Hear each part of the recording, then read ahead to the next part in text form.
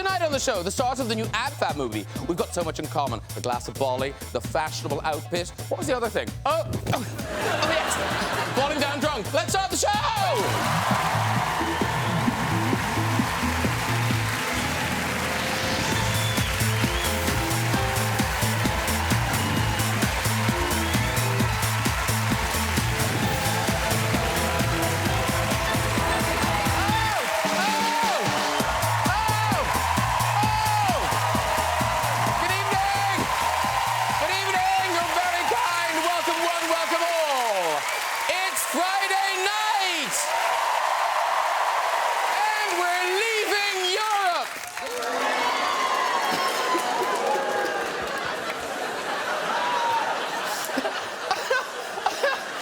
In a vote led by other areas.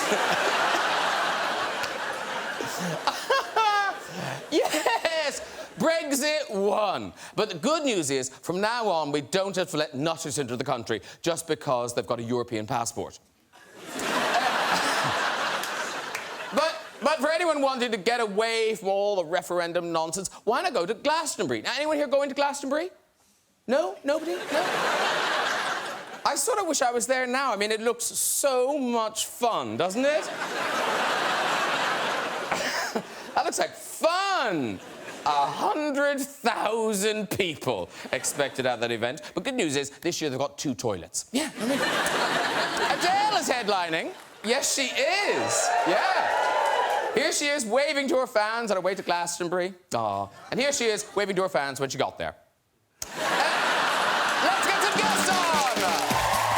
Later, we'll have music from the one and only Iggy, ladies and gentlemen. He'll be performing with Josh Homme and the band.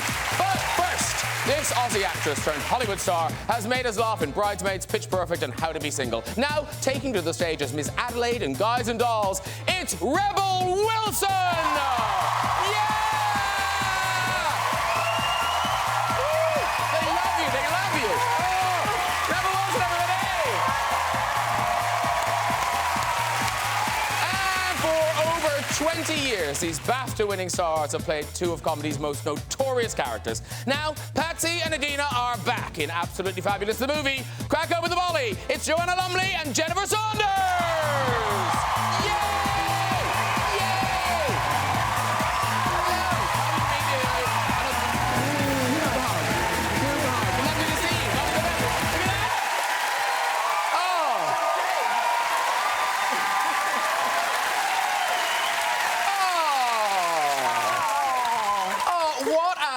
Couch for the last show of the series. Yay! Lovely to see you all. Yay!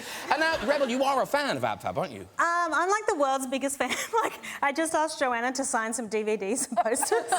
She's not making that up. I did see it happen. Yeah, the whole thing. Yeah, I'm like a mega fan. I guess when I saw the show first, I was working in a video store and I didn't want to work, so I put on the show, the DVDs, and I just really, I think it was like the first time I'd seen women be funny. And it was like, really, I know, I'm gonna... Don't cry, don't cry. I know. Really, they're such inspirations to me and my real heroes, so, It's such an honour to be here tonight. I know, it's good. And, ladies and gentlemen, congratulations are in order, because very recently, Jennifer Saunders was awarded Glamour magazine's, I think it was Best Woman Ever, was it? Yeah, I think that's what they said. Yeah, something like that. It was most wonderful human being of all time. Of all time. Something like that. Voted by the planet. I don't know, was it? Is that what it was? Yeah, I think it was. Yeah, I think it was. And you met a Kardashian on the way in. To be honest, I didn't meet her. Well, you encountered her. I came across her. I can't look at it. I can't look at it. I was showing off for my friend. That's all I'm going to say. I can't actually look. It's called photobombing. Photobombed. I love her face in this one, because she's just like, security? Is there anyone from security? There was just Dawn going, do it again. Come on, do it again. Who is that? Do it again. Look at the side glance there. Honestly. People take it so seriously. I can't be doing with it. Well, I suppose they flew her in to stand on carpet. And not smile. Ooh. Talking of awards, though, Yes? Rebels won an award. Oh. Yes. MTV, what was it?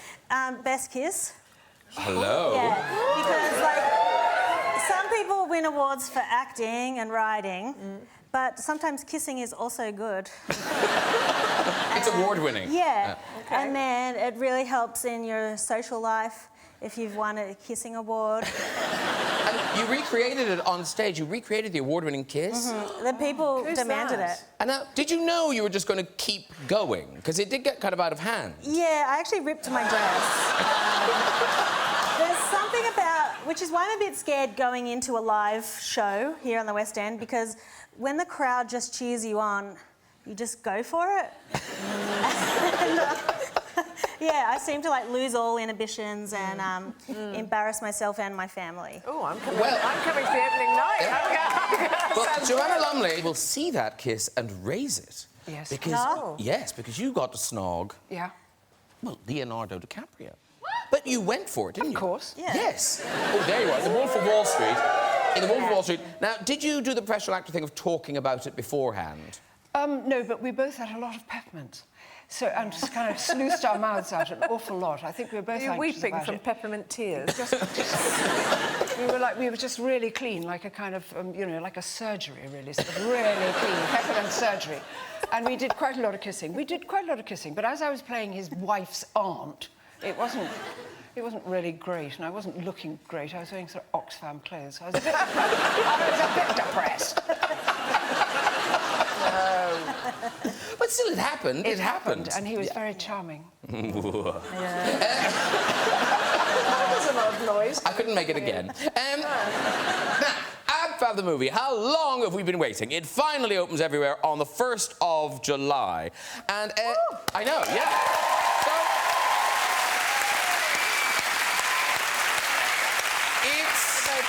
it's been talked about so many times. How has it finally happened? It was only been talked about because people keep saying, "Are you ever going to do a movie?" And I was always, well, I don't know, maybe not, I don't know. So finally, I thought, well, actually, it's quite a good idea. Okay. So I made it. And so, what's the big idea? What's the storyline that makes this The all hang together? storyline is they are extremely old, very desperate. Adina's spent all her money. She's literally consumed a whole district to make her house, you know, and she's in need of a little injection of somebody or something to her PR company. And perhaps he decides that should be Kate Moss. Of course. And it goes horribly, horribly wrong. And they kill Kate Moss, basically. They kill her. Between the two of them, they somehow manage to kill her. And go on the run. I mean, that's the... The police are after them, obviously. Yes. And so we have to flee the country. So we go down to the south of France, which, as Jennifer rightly said, is when you're thinking of a film, first of all, think where you'd like to go. Yeah, we used to thought the same. Actually, that was our very first thought. We said, hey, let's do a movie. Yeah, where are we going to go? South France, yeah. Yeah. Quite nice, you know, quite like October, yeah, nice. And did you have a list of supermodels if Kate Moss said no? No. So it was And just actually, the weird thing was that I had gone along with this without ever thinking to ask her. I had literally written it, sold it to whoever, you know, Fox and the BBC. They'd all gone, that's fantastic. Have you asked Kate? And I went, oh, actually, no, I haven't. Damn it, must ask Kate Moss. But in my head, I just thought, well, she's so cool. And she's obviously just going to say yes. Which she did. Which she did? Yes, because she is cool. And how was she on set? Because, you know, she's Kate Moss. She's fabulous. She's extraordinary. That's Kate on set. But that is the Thames. That's the actual filthy, dirty Thames. It is, and she had to be in there quite a lot. But the great thing she said was, because everyone was making a fuss of her and putting blankets around her, giving her cups of tea, and she just said, look, if this was a modelling shoot, they'd just tell me to stop shivering. And so she was really cool, really cool. So Kate Moss gets in the Thames. Jennifer and Joanna, not so much in Not so Thames. much. No. Now, from a distance, you might think that's the two of you in a boat on the Thames. Yes. Yeah. But on closer inspection...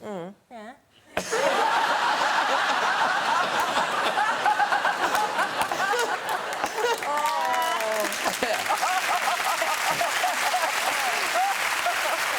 is that your stunt doubles? Yeah, when we the word stunt really doesn't occur. That was just... Sitting in a boat. That was for. We went onto the Thames at night time and we did the sitting on the boat thing and the chasing around trying to look for stuff.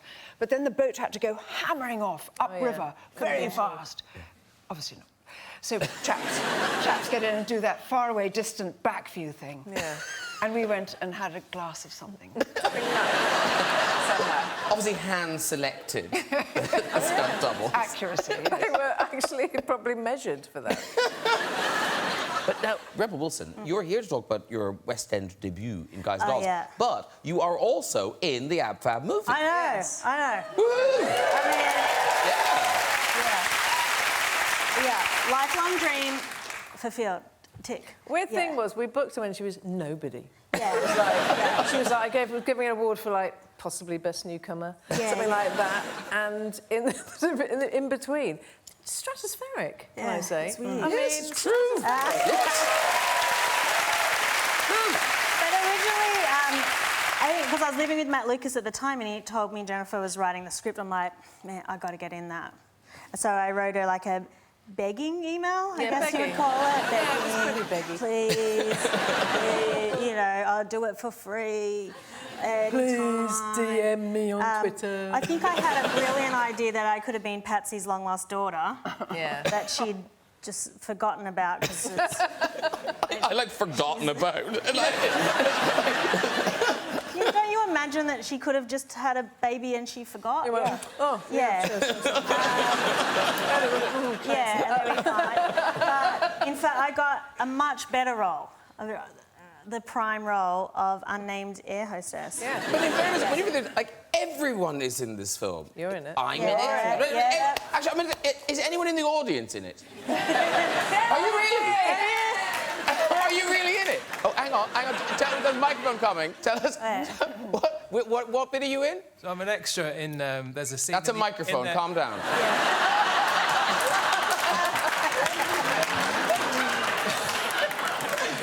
I'm an extra in the scene in the Royal Vauxhall Tavern with the drag queen. Oh, yes. Yeah. See, even people in the audience are in the film. So talk us through some of the other names. Actually, we've got a picture of some of them. Oh, look at that. Having drinks. You see, that's... Bruno Toglioni.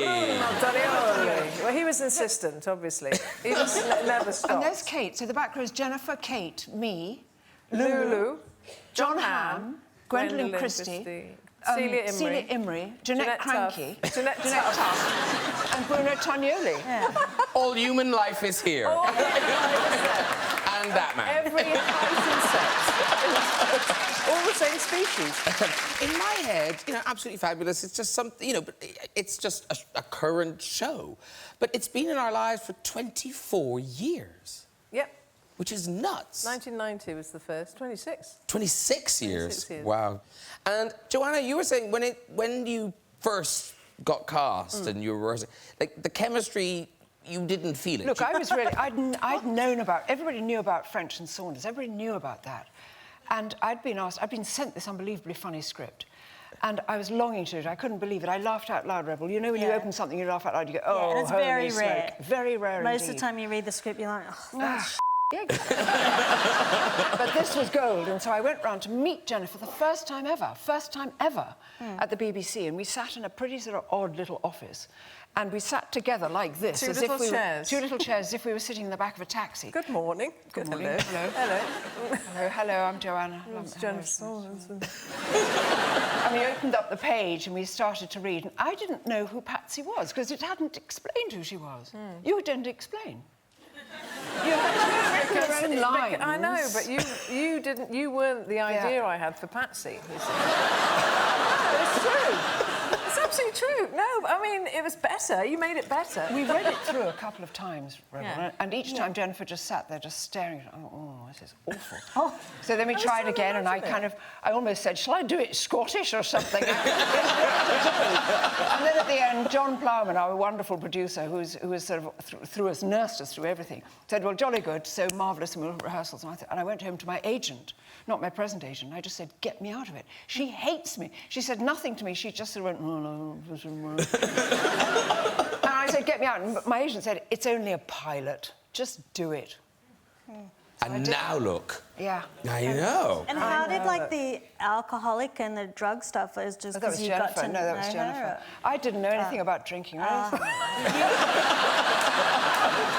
I think what happened was that we got on and we had just had such a good laugh that everything that she bought, which was the modelling and the other stuff, the 60s stuff and the drug taking and all that, we just had fun inventing it, and it was. And weirdly, the fashion world obviously influenced it, but Bananarama, the former lady band, they played former lady band. They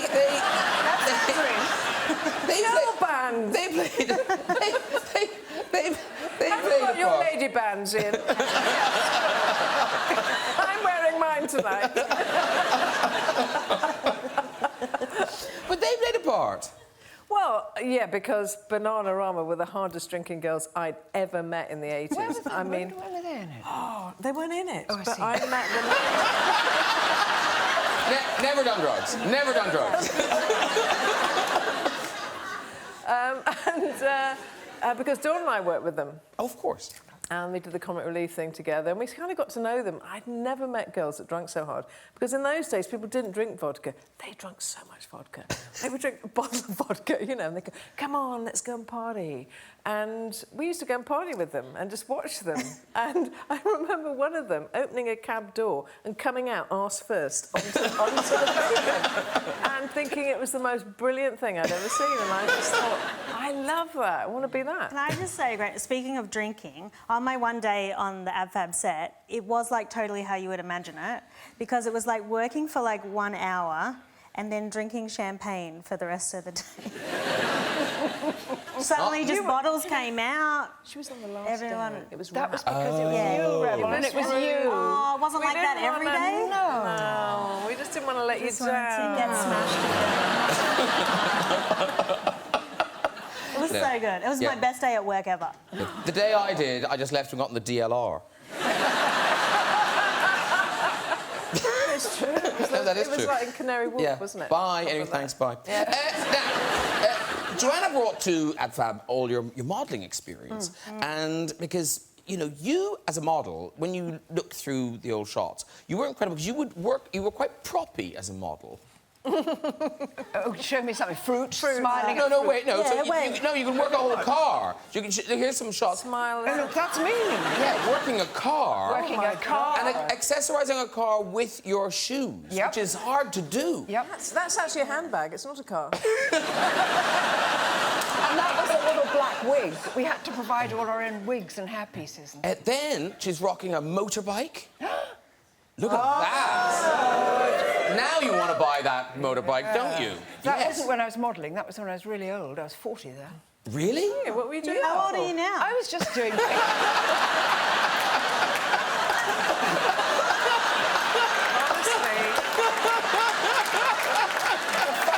It hasn't been done on the film, Rebel. Yes, we know where that pineapple might end up. The truth is, that was a picture for something completely different, but that was after I was born. Only modelled What from when was I was that 18 for? to What 21. the hell was that That was a for? picture, it was for, funnily enough, it was for something like children in need, and it was for, those are Valentine's Day things, and the dress was sold in aid, and that was Patrick Litchfield's motorbike. Because when I look at that photo, I think children in need.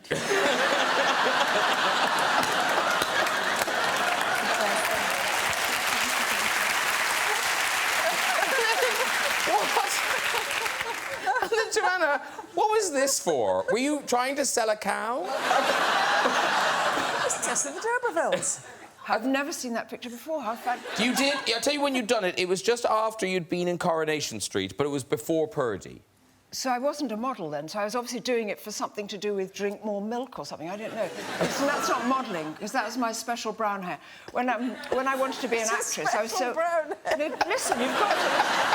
If you'd been a model, it was very... In those days, it was very tragic to have been a model, and so to show I was a serious actress, I always dyed my hair brown. Oh. So that's me with my special brown Coronation Street hair. Oh, I see. Now you can see, I kind What of... were you doing a given play? that. Maybe it was for a play, was it? I don't know. No. How could that be a play? It's not a theatre, but it could could be like the publicity for Yes, a you're right. play. You're right, it could. A panto, About perhaps. Panto. Panto. Jack and the Yes. Beanstalk. Hello. Now, but the thing is, you're right, though, because actors have to do the modelling now, and Rebel, you've done modelling. I literally do more modelling than acting now.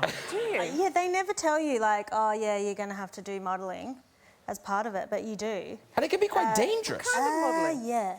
Okay, one time, my publicist went out of the room and they said, Rebel, you know what would be really cool? If you just, like, hold that hairspray and spray it and then get the cigarette lighter and spray it and it'll be like a huge flame. It'll look really cool and hot. And so I did it as a test and it would like put this massive flame into the air. I was like, this is gonna look sick. So they get the camera out, I do it, and in the first time I did it, some hairspray had all gone on over my arm.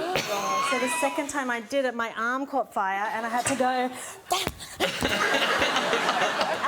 to save myself. And I thought, this is what happened to Michael Jackson. The publicist goes out of the room, bad stuff happens. Yeah. It's just what you go through for beauty. Yeah. Yes. It's worth it, though. Yeah. It's worth it. The picture looked hot. Hey, ladies and gentlemen, much excitement because Rebel Wilson is coming to the West End. Yeah. This actual West End. Yeah. It's your debut. Yeah. You're at the Phoenix Theatre taking over as Miss Adelaide in the incredibly well-reviewed Guys and Dolls. It's a big, big Yeah. hit. And Look it's at that from the... sparkly, Look at shiny that. person. I know, see, that's the modelling. There you go. And that's from the 28th of June. Which that's 28th of June. That's next It's Tuesday. It's this Tuesday. I'm starting. Should I be at rehearsals now? Yes. I've only been here a week. I need to learn the show. Next Tuesday. Next Tuesday? If you guys come this week, coming week, it's going to be very interesting because I'm not quite prepared. It's all singing, all dancing. I know. It starts previews on Tuesday. No, it's the actual full-on show. You know, it's Do you know the 3-hour words? Yeah, I know, Yeah. like, guys and dolls. Guys. I know that That's much. the one. I know That's- that And have you learned the dance? Because the dances are the hard bit. Yeah, and I actually, oh my God. So I get off the plane last week and they're like, okay, we're going to fit you for your costumes for the show. And I'm like, yeah, sweet, bring on some jeans. 3 jeans. But they said, oh, you're going to actually be wearing a leotard. And I was like, oh, never really worn like a leotard, like purposefully. So very first thing, bloated, get measured with this like very low cut, high cut leotard. And so I'm a little bit worried yesterday because I'm coming on to the show next week. So I got what's called an anti-cellulite massage. Have you guys ever had that? No. It's where like they rub all your fat and also your stomach. But what they don't tell you is don't go out after the massage because you can make you go to the toilet a lot. Oh, they've really massaged If you. anyone's ever had a stomach massage, then they'll remember. 'Cause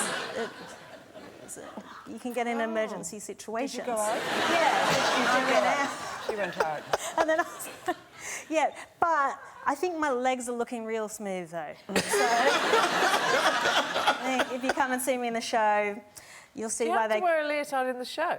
Yeah, I do, yeah. Because I'm a burlesque dancer in the show in a place called the Hot Box, which is like, it's a vagina reference, I'm pretty sure.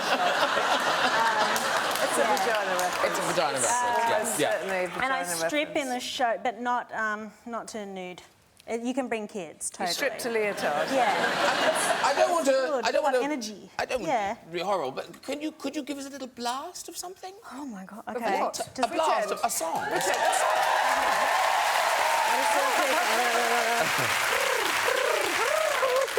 Warm up. Yeah, okay. So here's one of my songs from the show. 2, 3, 4. I love you, a bushel and a peck, a bushel and a peck, and a hug around the neck, a hug around the neck, and a barrel and a heap, a barrel and a heap, and I'm talking in my sleep about you. Oh, beautiful. Beautiful. One of the sexy numbers. It was good. Okay. It's time to meet my musician. musical guest tonight. He's the godfather of punk, with a career spanning 50 years, and whose latest album has been acclaimed as his best ever. He's joined by an award-winning record producer and frontman of the rock and roll juggernaut Queens of the Stone Age. Please welcome Josh Homme and the great Iggy Pop!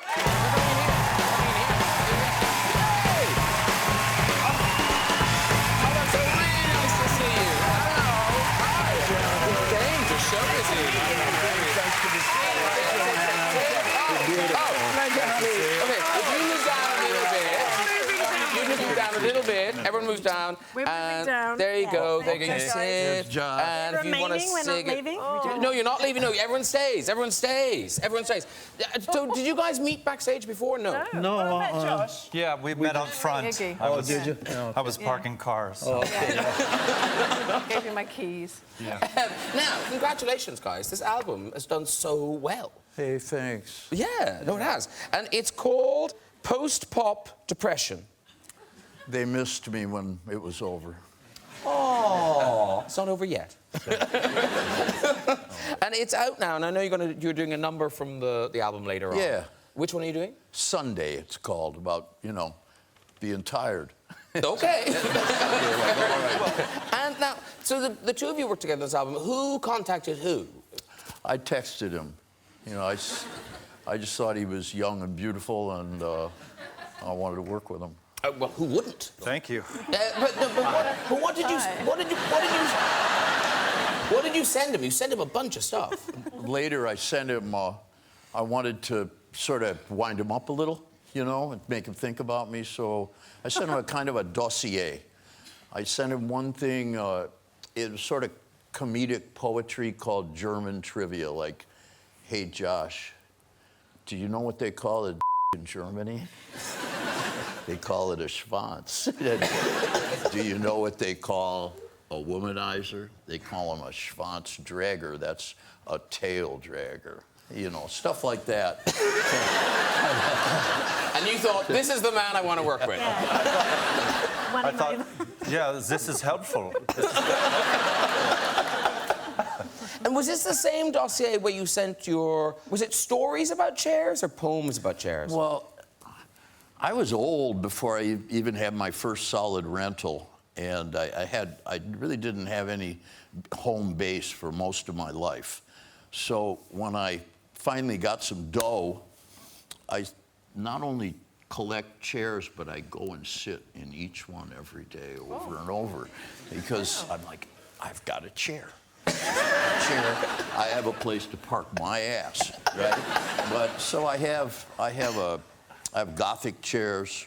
I've got an old Norman chair. I've got Asian chairs, Indian chairs, modern chairs, Adirondack chairs, and at certain times I make the rounds. Yeah. This is a nice way to live. Yeah. I think. Yeah. Do you have any sofas, or is it all individual seating? Well, the sofas, I'm married, and my wife takes care of sofas. Oh, okay, that's her interest. Yeah. And I wonder, in the poem, I wonder what's going to become of the chairs when I'm gone. Because this is part of life. Yes, it is. It's a poem. Yes, yes. Let's not dwell on it. It's okay. Yeah. Yeah, chairs always find a new ass, you know what I mean? Yeah. Just like me. Scoot over, And when you were working together, you lived together. But apparently your wife was worried about sending you off to live with other people. I sleep in the nude, and I spend a lot of time in the nude. I live in Miami. I like to be nude. And she said, well, you can't just walk around. You're going to be living with these people. You need some pajamas, And so I like that's what you went from nude to pajamas. Sweatpants? Nude to Hugh Hefner. There was one night we were living in this little tiny. It's kind of a shack in the desert, and Josh's car alarm went off at 2 a.m. And he sleeps in his skivvies, I learned, because he was ready. He jumped right out in the skivvies. Yeah. And I had my pajamas, and I had a little, I had a robe with a shawl collar. But also, he had like a smoke machine, and doves were really. I'm outside going, "Who the hell's out there? You're a dead man!" And I turn around, and these doves fly. and I got lost in it for a minute. Because I don't know about you guys, when you see Iggy on stage, I always thought you came on stage and took your shirt off. But it's more a case of you put trousers on to go on stage. Exactly. That's it. It makes it really easy to gauge his level of excitement, though. Yeah.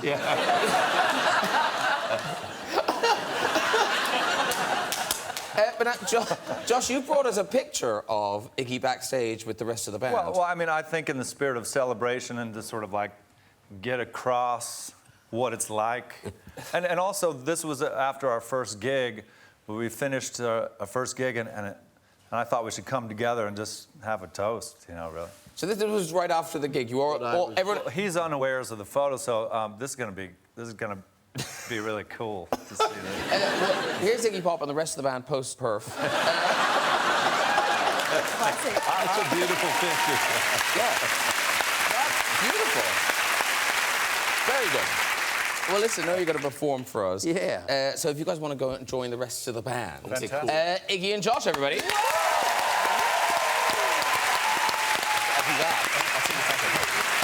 You need to shout back up. Shout back up. Shortly, we'll have our last visit of the series to the Big Red Chair. But first, performing the current single, Sunday, it's Iggy Pop! Fantastic job! Come back and join us, Zoom! Come back and join us. Well done. That's amazing. Amazing, Iggy. Really, really fabulous.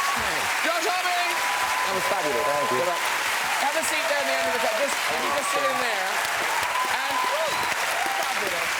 And also, we should do a special shout-out.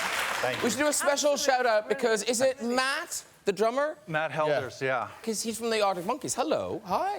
Yeah. And Helders. But more than that, is it you not quit your honeymoon, but you shortened your honeymoon for this? Yeah, put it on hold. Wow, on hold, yeah. Please pause. Please hold honeymoon. Yeah. So thank you very much. She's here in the studio. Oh, see. Oh, that's bride is here. Oh, right. Yeah. Wow, she's not waiting long, is she? Okay. Literally the 3 minutes for the song. She's on hold. Yeah.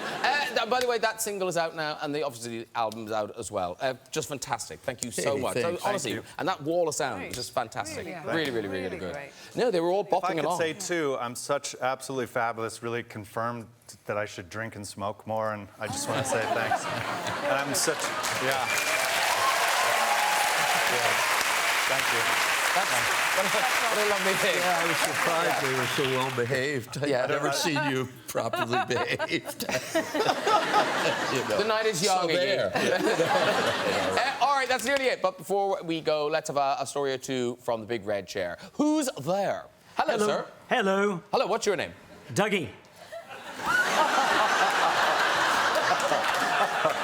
No, don't. It's been the end of a long series. All right, where are you from, Dougie? I'm from the United States. Okay, and whereabouts? Boston. Boston. And do you live here? Yes, 16 years. Okay, those borders are really closed, aren't they? Immigration. I want our country back.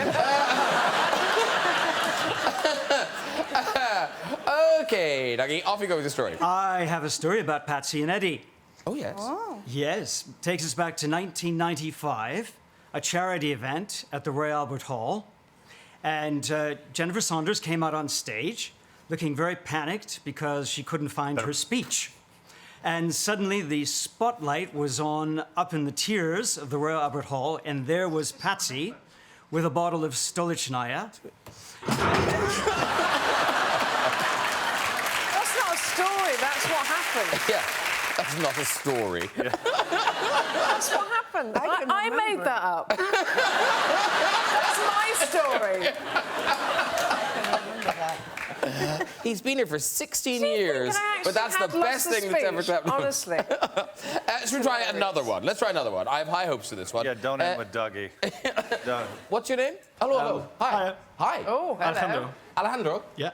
And where are you from, Alejandro? Spain, South Spain. Spain. Okay. Have we planned this for tonight? God forbid a British person should sit in this chair.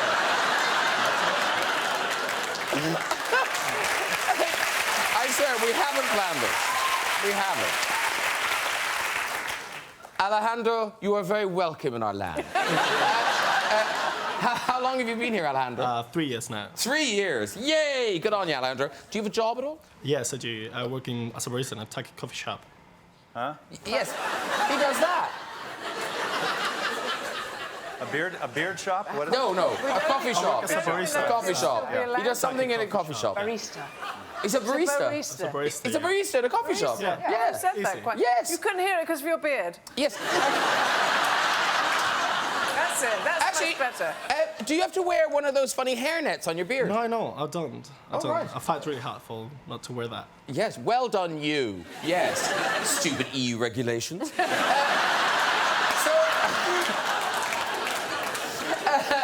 Off you go. Oh, I think, was it Alejandro? Yeah.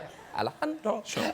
Okay, off you go. So I was dating this guy like 3 months ago. So after 2 weeks dating him, I stayed over for the first time at his place, and he bought me dinner. He bought me this lovely Oreos ice cream. I love ice cream. I love Oreos. And it was the first time I had to go to work from his place. Yes. I worked really early in the morning, 5 a.m. So I had to get up at 3:30. I have to left his place at 4, and I'm lactose intolerant. I have a huge problem with that. So I sneak out his place. I lock the door, and it's automatically locked after me. And when I was walking down the stairs, I felt like I needed like a little fart, and just a tiny bit, and I couldn't control it, and I literally my pants. My pants. He actually didn't know I was lactose intolerant. I didn't want to be rude. I ate half a jar of the ice cream, of course. So I didn't know what to do. Wait, there's more to this story. Yeah, of course, because I wasn't gonna call him because it was 4 in the morning. He wasn't gonna pick up. So I have to walk 20 minutes after getting my bus to get to work. And when I get the bus, This story has turned. I got into one of my co-worker. Pull that knob, Graham. No. No, I want to know what happens. So you're on the bus, in your pants, you bump into a coworker. Yeah. And after 30-minute journey of on the bus, she said something like, "Oh, doesn't this bus smell like?" I was really embarrassed. I'm really embarrassed. Wait, is that the end of the story? Basically. Oh, for God's sake! Well done, everyone. And of course, if you'd like to join us on the show, have a go in the red chair, you can contact us via our website at this very address. That is it for tonight. Please say a huge thank you to my guest, Josh Homme! Iggy Pop, everybody! Rebel Wilson! Joanna Lumley! And Jennifer Saunders! We're done for this run. It's over. The series is over, but do join us next week for a look back at some of the highlights of the series. There were some. We'll be back in the autumn. Till then, have a fantastic summer. Good night, everybody. Bye-bye.